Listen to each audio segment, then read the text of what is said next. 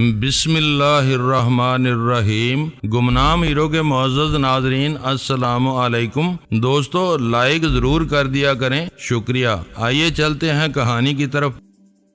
ہمارے ہاں اگر جینز شہری اور فیشنیبل ہونے کی علامت ہے تو ٹھیک ہی تو ہے، وہ منہ بنا کر بولا، کیونکہ ہمارا عام دیہاتی تو بیچارہ ٹخنوں سے ایک بالچت اونچی دھوتی مشکل سے افورڈ کرتا ہے۔ اب ہم جس تنگ سی سڑک پر تھے وہاں ٹریفک کا عجیب ہی عالم تھا۔ تانگوں کے گھوڑے سائیکل سواروں سے بغل گیر ہونے کی کوشش کر رہے تھے۔ بسیں اور کاریں گویا ایک دوسرے سے دستوں گریباں ہونے کے لیے بےتاب تھیں، اور اسکوٹر سوار ان سب کے درمیان سے اپنا راستہ بنانے کے لیے کوشاں تھے۔ پیدل چلنے والے گویا ان سب کو ہی شکست فاش دینے کے خواہاں تھے۔ وہ سارے ہنگامے سے بے نیاز جہاں سے دل چاہتا تھا اچانک ہی سڑک پار کرنے لگتے تھے۔ سڑک پار کرنے کے دوران غالباً انہیں خیال آ جاتا تھا کہ مسئلہ فیسا غورس پر غور کرنے کے لیے یہ بہترین مقام ہے، چنانچہ وہ گہری سوچ میں ڈوب جاتے تھے، اور اسی دوران غالباً انہیں غنودگی آ جاتی تھی۔ سڑک پار کرتے ہی البتہ وہ مستعد اور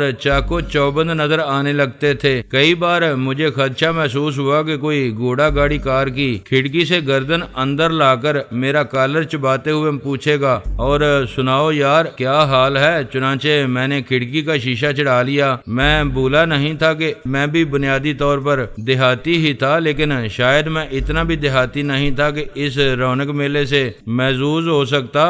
مجھے اس سے خوف محسوس ہو رہا تھا۔ میں نے اپنے خوف کا اظہار شرفو پر بھی کر دیا۔ وہ بولا، اسی لیے تو میں تمہارے ساتھ آیا ہوں۔ ویسے خیر 2-4 دن کی بات ہے، تم بھی اس ٹریفک کے عادی ہو جاؤ گے۔ کچھ دیر بعد اس نے گاڑی ایک تنگ سے بازار میں موڑ لی، اور پھر ایک گلی میں ذرا سی جگہ پا کر روک لی۔ گاڑی سے اتر کر وہ میرا ہاتھ تھامے بازار میں آ گیا اور آگے چلنے لگا۔ اس نے بتانے کی ضرورت محسوس کی نہ میں نے پوچھنے کی۔ میں نے اندازہ کر لیا تھا کہ وہ بازار حسن تھا۔ وہ ایک لمبی سی خامدار سڑک تھی جس کے اطراف میں جانے کتنی پرپیچ گلیاں پھیلی ہوئی تھیں۔ کچھ بنی سوری طوائفوں کے جرمٹ ابھی اپنی رہائش گاہوں سے نکل کر کوٹھیوں کی طرف آ رہے تھے۔ کچھ اپنی دکانیں سجا چکی تھیں، اکثر کوٹھوں کے دروازے کھلے تھے اور سازندے ابھی اپنے ساز درست کر رہے تھے۔ کہیں کہیں سے طبلے کی ادھوری تھپ تھپ یا ہارمونیم کی روں روں کسی زخمی کی کراہ کی طرح ابھرتی اور معدوم ہو جاتی۔ کسی بالا خانے پر کوئی رقاصہ بند سنور کر کھڑی ہوئی تھی اور متلاشی نگاہوں سے گزرتی ہوئی ٹولیوں کی طرف دیکھ رہی تھی۔ پان سگریٹ اور اشیاء خورد و نوش کی دکانوں والے اپنی دکانوں کو آخری رنگ دے رہے تھے۔ یہاں کی دکانیں بھی شاید طوائف دکانیں تھیں۔ رات کا رنگ گہرا ہونے پر ان کی تزئین و آرائش ہو رہی تھی۔ پھولوں کے گجرے والے قدم قدم پر کھڑے تھے اور ہر آنے جانے والے کو روکنے کی کوشش کر رہے تھے۔ بازار میں خوب چہل پہل تھی۔ قدرے عجیب سے انداز میں کچھ لوگ یکے بعد دیگرے ہمارا تعاقب کر رہے تھے۔ ان میں سے کوئی ناٹا تھا، کوئی لمبا، کوئی مجمہول تھا، اور کوئی خوب گٹھا ہوا، کوئی سیاہ فام تھا، اور کوئی خوب گورا چٹا، کوئی کلین شیو تھا، اور کوئی گھنی مونچھوں چوڑی چھاتی والا۔ کسی کی باچھوں سے پان کی پیک بہ رہی تھی، کوئی تان کر چل رہا تھا تو کسی کی آنکھیں چڑی ہوئی تھیں۔ لیکن ایک بات ان سب میں مشترک تھی، اور وہ یہ کہ سب بیٹھی بیٹھی سی آواز میں سرگوشیاں کر رہے تھے۔ کبھی ایک ہمارے قریب آتا اور قدم ملا کر چلنے کی کوشش کرتے ہوئے ان دیکھی حسیناؤں کے الف لیلبی حسن کی کہانیاں سنانے لگتا۔ کبھی دوسرا قریب آتا اور ہمیں پرستان میں لے چلنے کا وعدہ کرنے لگتا۔ کبھی کوئی اور تعاقب میں آتا اور ہمیں صاحب ذوق نواب زادے قرار دیتے ہوئے ہمارے ذوق کی تسکین کے لیے اپنی خدمات پیش کرتا۔ شرفو بڑے مشاکانہ انداز میں ان سب کو ٹالتا جا رہا تھا۔ بالآخر ہم ان سب کو پیچھے چھوڑ آئے۔ اب کوئی بھی سرگوشی ہمارے تعاقب میں نہ تھی۔ شرفو نے رک کر متلاشی نظروں سے چاروں طرف دیکھا۔ میرا گلا خشک ہو رہا تھا۔ اس بازار میں داخل ہونے سے پہلے مجھے محسوس ہو رہا تھا کہ خنک سی ہوا چل رہی ہے، لیکن اب یوں لگ رہا تھا جیسے لو چل رہی ہے۔ مجھے اپنے چہرے پر تپش محسوس ہو رہی تھی۔ میں نے خشک ہونٹوں پر زبان پھیری۔ سامنے ہی ایک کوٹھے کوٹھے پر بیٹھی ہوئی رقاصہ مسکرائی۔ وہ سمجھی کہ شاید میں نے اسے دیکھ کر ہونٹوں پر زبان پھیری ہے۔ میں نے اس کے بے تحاشا میک اپ کی وجہ سے بگڑے ہوئے چہرے سے گھبرا کر رخ بدل لیا۔ ایک دوسرے کمرے میں بھی ایک لڑکی بیٹھی تھی۔ اس کمرے میں اتنی تیز روشنی تھی کہ آنکھیں خیرہ ہو رہی تھی۔ ایک طرف دیوار کے ساتھ 5-6 سازندے بیٹھے ساز درست کر رہے تھے۔ ان کے قریب ہی ایک فرب ہی مائل سانولی سی نائکا بیٹھی بڑے جوش و خروش سے پان چبا رہی تھی۔ کمرے کے عین وسط میں چاندنی پر وہ پتلی سی لڑکی منتظر انداز میں بیٹھی تھی۔ شکل و صورت تو اس کی کوئی غیر معمولی نہیں تھی، مگر ایک بات غیر معمولی ضرور تھی کہ اس نے میک اپ بہت ہلکا کیا ہوا تھا، ورنہ اب تک مجھے جتنے چہرے نظر آئے تھے ان سب کے اصل نقوش دریافت کرنے کے لیے شاید باقاعدہ کھدائی کرنی پڑتی۔ جانے کیوں اتنے زیادہ اور سستے قسم کے میک اپ سے مجھے وحشت ہوتی تھی۔ غنیمت تھا کہ شرفو بھی ابھی تک ایسے کسی چہرے کی طرف نہیں لپکا تھا۔ میں جس لڑکی کی طرف دیکھ رہا تھا اس کے چہرے پر اس قدر ہلکا میک اپ مجھے ایک انہونی محسوس ہو رہا تھا۔ شاید اس کے پاس میک اپ کا سامان ختم ہو گیا تھا۔ وہ ہمیں اپنی طرف متوجہ پا کر پیروں میں گھنگرو باندھنے لگی۔ شرفو میرا ہاتھ پکڑ کر اسی کوٹھے کی طرف بڑھ گیا۔ نائکا نے یوں اٹھ کر ہمارا استقبال کیا جیسے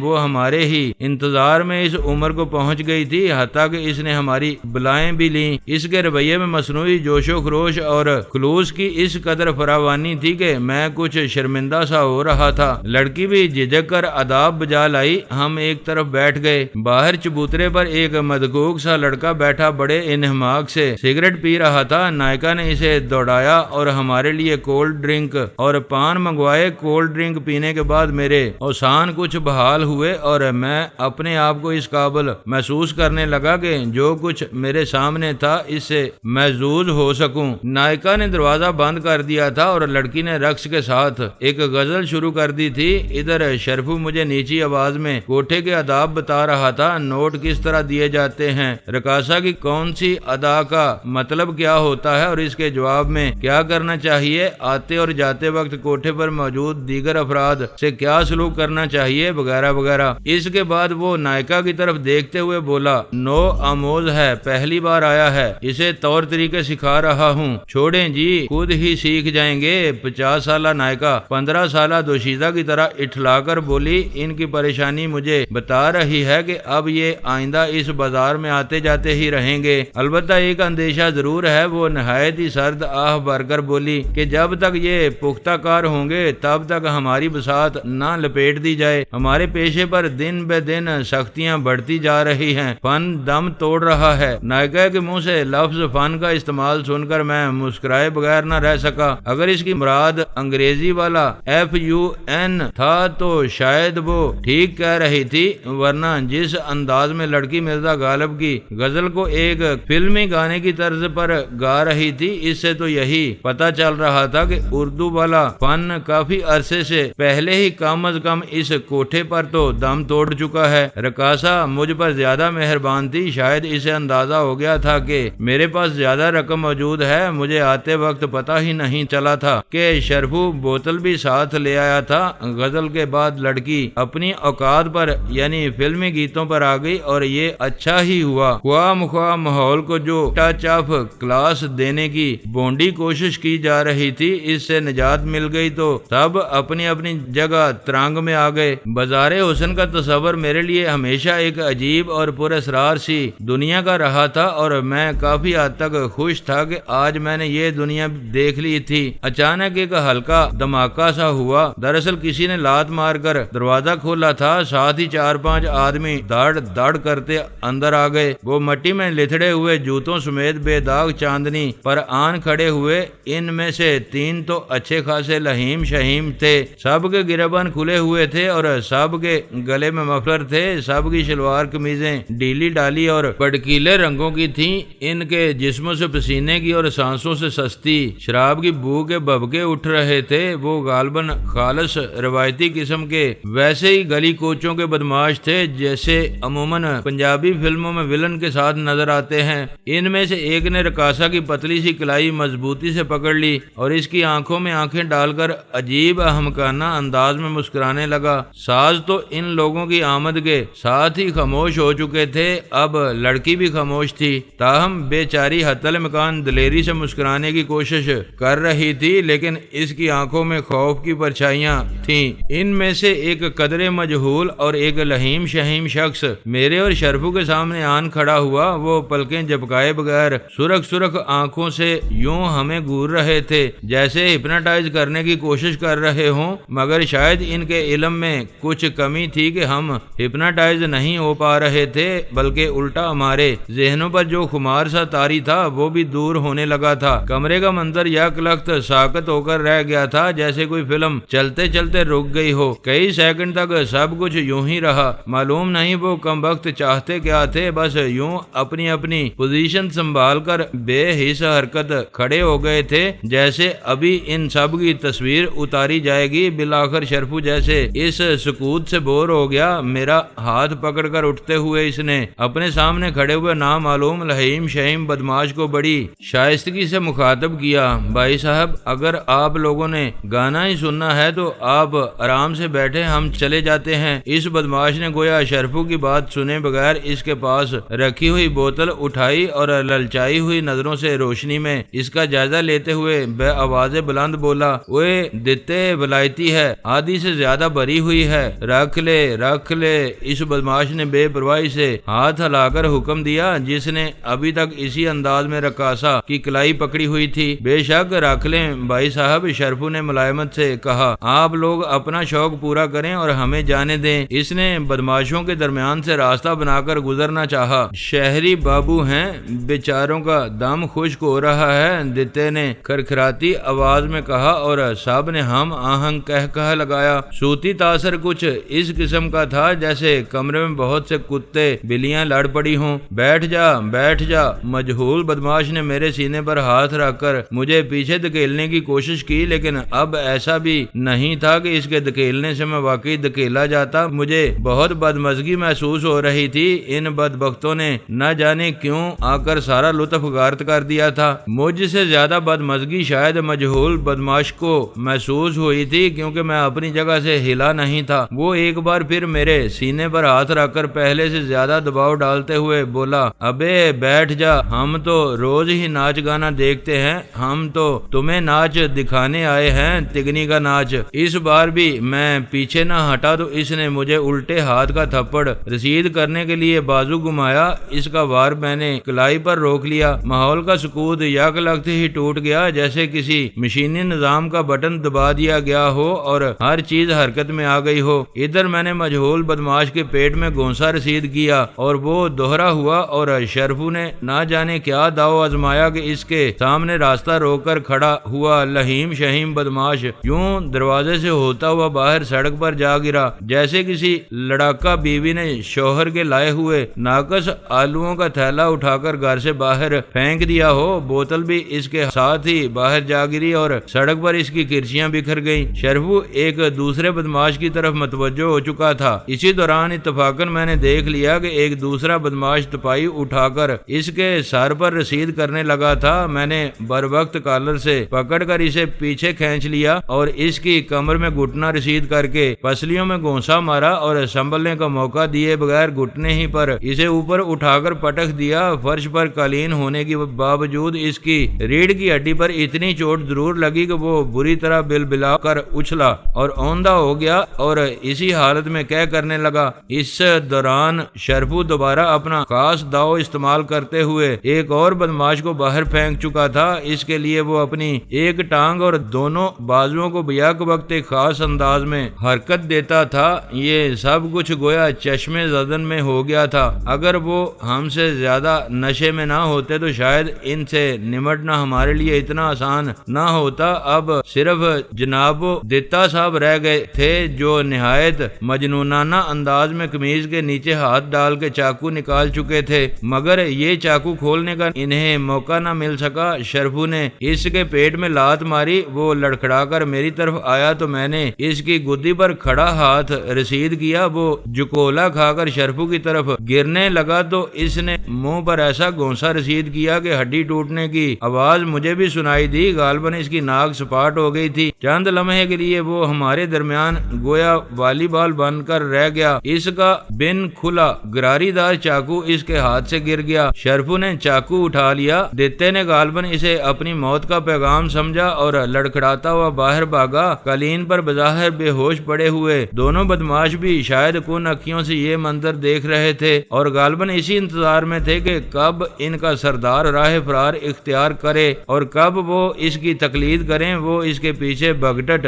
دوڑے اور اس لمحے میں نے دیکھا کہ وہ دونوں بدماش جو سڑک پر جا کر گرے تھے پہلے ہی غائب ہو چکے تھے۔ ہم نے اپنے کپڑے جاڑے، بال درست کیے اور نائکا اور لڑکی کی طرف دیکھا۔ دونوں کے چہروں پر رونق لوٹ آئی تھی۔ شرفو ناگواری سے بولا، تمہارے ہاں آنے والے سب لوگوں کو کیا اسی طرح اٹھا پٹک کرنی پڑتی ہے؟ ارے بابو جی توبہ کریں، ہمارے کوٹھے کی طرف تو آج تک کسی ایسے ویسے آدمی کو آنکھ اٹھا کر دیکھنے کی جرت بھی نہیں ہوئی۔ نائکا فوراً اپنے لب و لہجے میں رعب اور دبدبہ سمونے کی کوشش کرتے ہوئے بولی، یہ تو شاید شہر میں نئے تھے اور نئے ہی بدماش بنے ہیں، شراب ہضم نہیں ہو سکی اس لیے منہ اٹھا کر آگے، ورنہ ان کی بھلا کیا جرت تھی؟ ہم پکے ڈیرے دار ہیں، کوئی خانہ بدوش نہیں ہے، اس بازار میں اپنی بڑی عزت ہے، ایسے اوچھے بدماشوں کا ہمارے پاس بڑا پکا بندوبست رہتا ہے، لیکن بس اتفاق ہی ہے کہ آج ہمارے آدمی ذرا فلم دیکھنے گئے ہوئے ہیں، ورنہ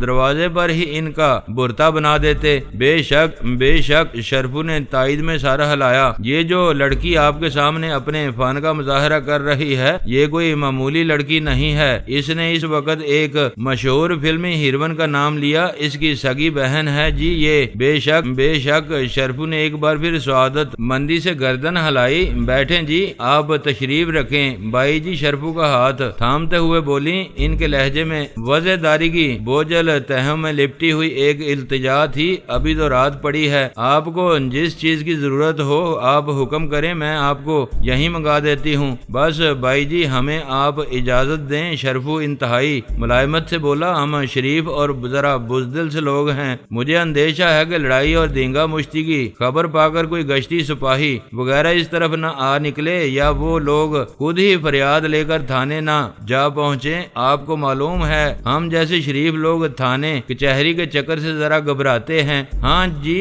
بائی جی نے ایک لمحے کے لیے متذبذب سے انداز میں میری اور پھر شرفو کی طرف دیکھا، گویا فیصلہ نہ کر پا رہی ہو کہ شرفو کی بات پر یقین کریں یا نہ کریں۔ اگر ہم اتنے ہی شریف آدمی ہوتے جتنا کہ شرفو ظاہر کرنے کی کوشش کر رہا تھا تو بدماشوں کی آمد پر ایک لمحہ بھی ضائع کیے بغیر جوتیاں چھوڑ کر بھاگ چکے ہوتے، یا پھر اس وقت کوٹھے سے باہر پڑے اپنی ہڈیاں سہلا رہے ہوتے۔ خود فریبی سادگی یا پھر مصلحت کوشی کی انتہا تھی کہ بائی جی نے شرفو کی بات پر یقین ظاہر کرنے کا فیصلہ کیا اور جلدی سے بولی، تھانے کچہری سے آپ مت گھبرائیں بابو جی، اللہ کے فضل سے بڑی عزت ہے اپنی تھانے کچہری میں، ہم نے سب سے بنا کر رکھی ہوئی ہے اور پھر ہماری یونین بھی ہے، آپ فکر نہ کریں، میں اس گنڈا گردی کا معاملہ اپنی یونین کے سامنے بھی پیش کروں گی۔ بس بائی جی میں نے عرض کیا نا کہ ہم اب کسی قیمت پر نہیں ٹھہر سکتے۔ شرفو قدرے رکھائی اختیار کرتے ہوئے بولا، ہمارا اب مزہ کرکرا ہو گیا ہے، دوسرے مجھے ایک کام بھی یاد آ گیا ہے، آپ ایسا کریں،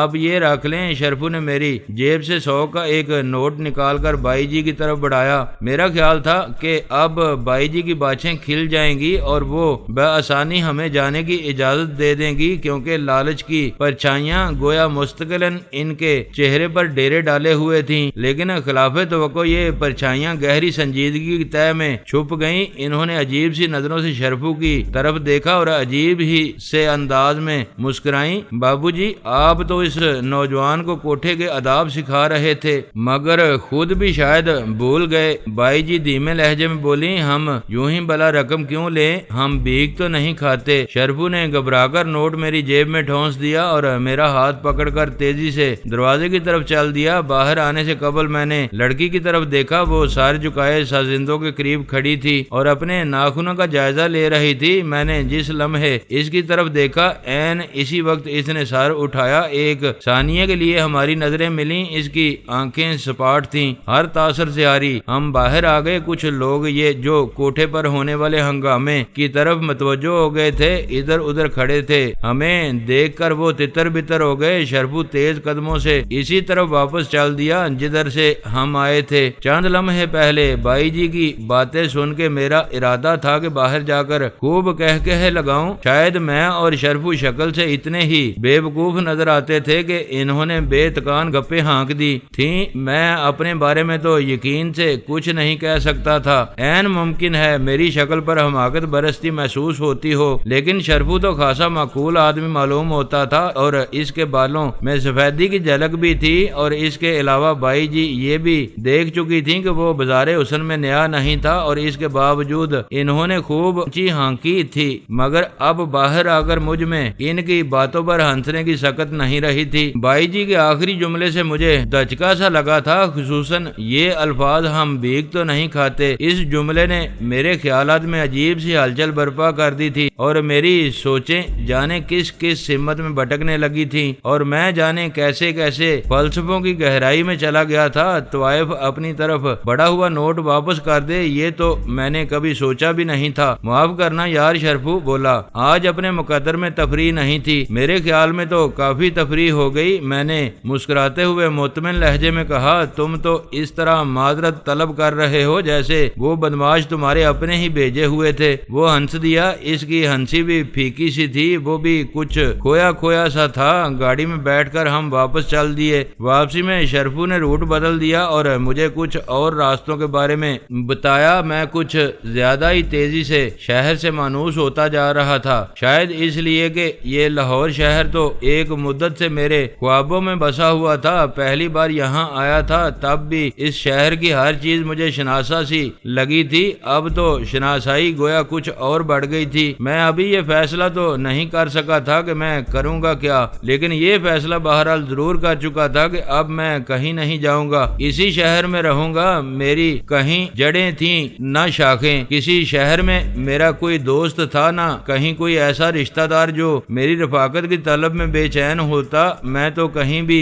ڈیرا ڈال لیتا، میرے لیے کوئی خاص فرق نہیں پڑتا تھا۔ اس صورت میں بہتر یہی تھا کہ وہاں رہا جائے جہاں رہنے کا روح مطالبہ کرتی تھی۔ اب یہاں خواری میرے حصے میں آتی تھی یا خوشحالی اور مسرت، دونوں ہی صورتیں مجھے قبول تھیں۔ ہم واپس پہنچے تو جمیل برآمدے میں کھڑا تھا۔ گاڑی سے اترنے سے پہلے میں نے شرفو سے پوچھا، اس شخص کا یہاں کیا مصرف ہے؟ کوئی خاص نہیں، اسے معمولی کاموں کے لیے رکھا گیا ہے، ایک طرح سے تم اسے میرا مددگار سمجھ سکتے ہو، شرفو بولا۔ گاڑی سے اتر کر ہم برآمدے میں پہنچے تو جمیل مؤدبانہ انداز میں شرفو سے مخاطب ہوا، سر تقریباً 10 منٹ پہلے باس کا فون آیا تھا، آپ سے کوئی بہت ضروری کام ہے، انہوں نے کہا تھا کہ جیسے ہی آپ آئیں انہیں فون کر لیں۔ تم نے باس کو یاد نہیں دلایا کہ آج سنیچر کی رات میری اپنی ہوتی ہے؟ اس رات میرے اپنے کچھ پروگرام ہوتے ہیں، شرفو نے قدرے ناگواری سے بولا۔ مجھے اس کے لہجے پر حیرت ہوئی، میں تو اسے محض سر تسلیم خم کرنے والا ایک معمولی کارندہ سمجھتا تھا۔ باس کو یاد دلانے کی ضرورت نہیں تھی، انہیں یاد تھا۔ جمیل بولا، خود ہی کہہ رہے تھے کہ ایک خاص ہی معاملہ ہے جس میں صرف شرفو کو بھیجا جا سکتا ہے، اگر کوئی اور اس کام کو کر سکتا تو وہ سنیچر کی رات تمہیں ہرگز طلب نہ کرتے۔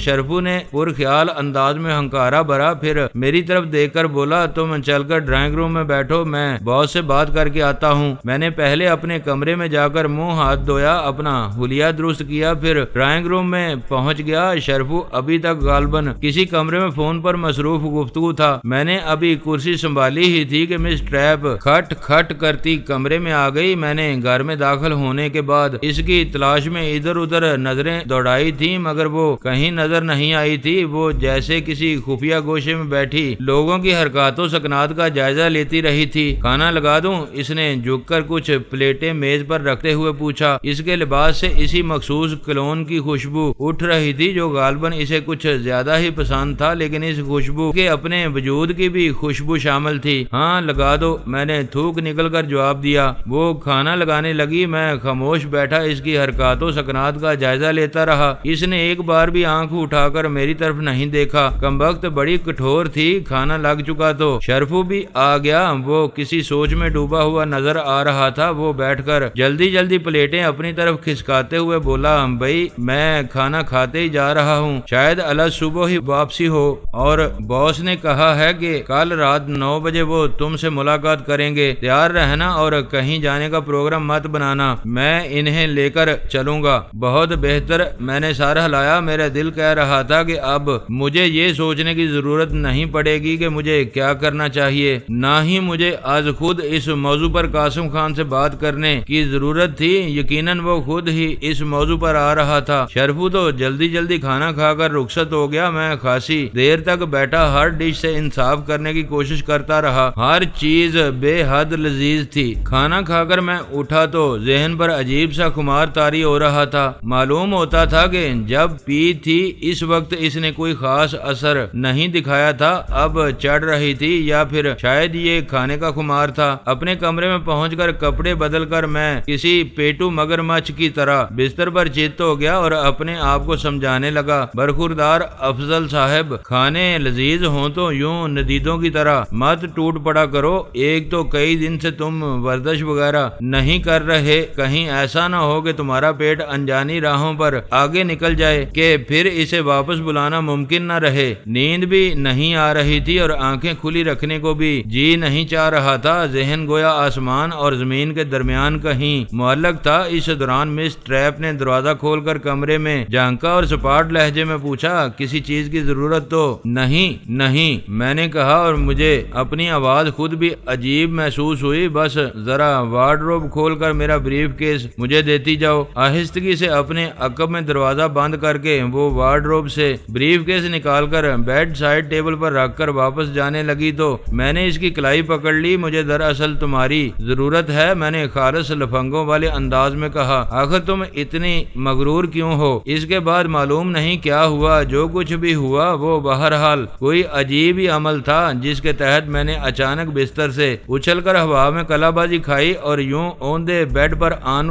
گرا جیسے میں کوئی باری برکم کڑیل جوان نہیں بلکہ محض ایک آملیٹ تھا جسے خانسامہ نے فرائنگ پین میں تلتے وقت ہوا میں اچھال کر پلٹ لیا تھا۔ اس کے بعد میری کنپٹی پر ہتھوڑا سا پڑا اور چند لمحے کے لیے میری آنکھوں کے سامنے اندھیرا چھا گیا۔ جلد ہی میری آنکھیں دوبارہ دیکھنے کے قابل ہوئیں تو میں نے خدا کا شکر ادا کیا کہ میں بے ہوش نہیں ہوا تھا۔ میں منتظر رہا کہ ابھی کوئی اور چھوٹی موٹی قیامت بھی ٹوٹے گی، لیکن خیریت ہی رہی۔ مجھ میں اتنی سکت نہیں تھی کہ سیدھا ہو سکتا۔ اوندھا ہی لیٹا آنکھیں پٹ پٹا رہا تھا اور مجھے یقین نہیں آ رہا تھا کہ میرے ساتھ جو کچھ ہوا ہے وہ مس ٹریپ نے ہی کیا ہے۔ کیا وہ کم بخت جوڈو جانتی تھی؟ بڑے اطمینان سے وہ سنگار میز کا سٹول کھینچ کر میرے قریب بیٹھ گئی۔ میں نے کروٹ لینا چاہی لیکن کامیاب نہ ہو سکا۔ الو کی پٹھی نے شاید کسی خاص ہی رگ پر ہاتھ مار دیا تھا کہ جسم ہی جیسے بے جان ہو کر رہ گیا تھا۔ کہو مزہ آیا؟ اس نے مسکراتے ہوئے پوچھا۔ میں نے کوئی جواب نہ دیا۔ میری پلکیں خود بخود ہی تیزی سے جھپکے جا رہی تھیں۔ تم نے پہلی بار جب میری طرف دیکھا تھا تب سے میں تمہاری آنکھوں میں فطور کی پرچھائیاں دیکھ رہی ہوں۔ وہ سنجیدگی سے بولی، میرا خیال تھا کہ میری سرد مہری دیکھ کر تم باز آ جاؤ گے لیکن تم بہت ڈھیٹ آدمی ہو۔ اس نے اپنی مردانہ قمیض کا کالر درست کیا۔ تمہارا خیال شاید یہ رہا ہوگا کہ میں چونکہ مشکوک قسم کے لوگوں کے لیے کام کرتی ہوں اور 24 گھنٹے تم جیسے مفرور قسم کے لوگوں کے درمیان رہتی ہوں، ان کی خدمت گزاری کرتی ہوں، اس لیے میری حیثیت کھلونے کی سی ہوگی۔ جس نے چاہا بازو پکڑ کر کھینچ لیا اور میں چونکہ کالی ہوں اس لیے اس پذیرائی پر دل ہی دل میں خوش ہوتی ہوں گی۔ اس نے اپنے ہاتھوں کو مسلنے کے بعد ان پر پھونک مار کر گویا نادیدہ گرد اڑائی اور گہری سانس لی۔ بہرحال ایسا نہیں ہے، اپنی یہ غلط فہمی ہمیشہ کے لیے دور کر لو۔ دوسری بات یہ کہ میں مس نہیں مسز ہوں۔ کافی عرصہ پہلے جب میں اس گھر میں آئی تھی تو مس تھی، تب سے سب کو عادت پڑی ہوئی ہے کہ میرے نام کے ساتھ مس لگائے رکھتے ہیں۔ ویسے بھی سب مجھے ہمیشہ تنہا ہی دیکھنے کے عادی رہے، اس لیے انہیں شاید یاد ہی نہیں رہتا کہ میرا ایک شوہر اور ایک چھوٹی سی بچی بھی ہے۔ یا کلخت وہ اٹھ کھڑی ہوئی، ذرا میرے ساتھ آؤ، اس نے اشارہ کیا۔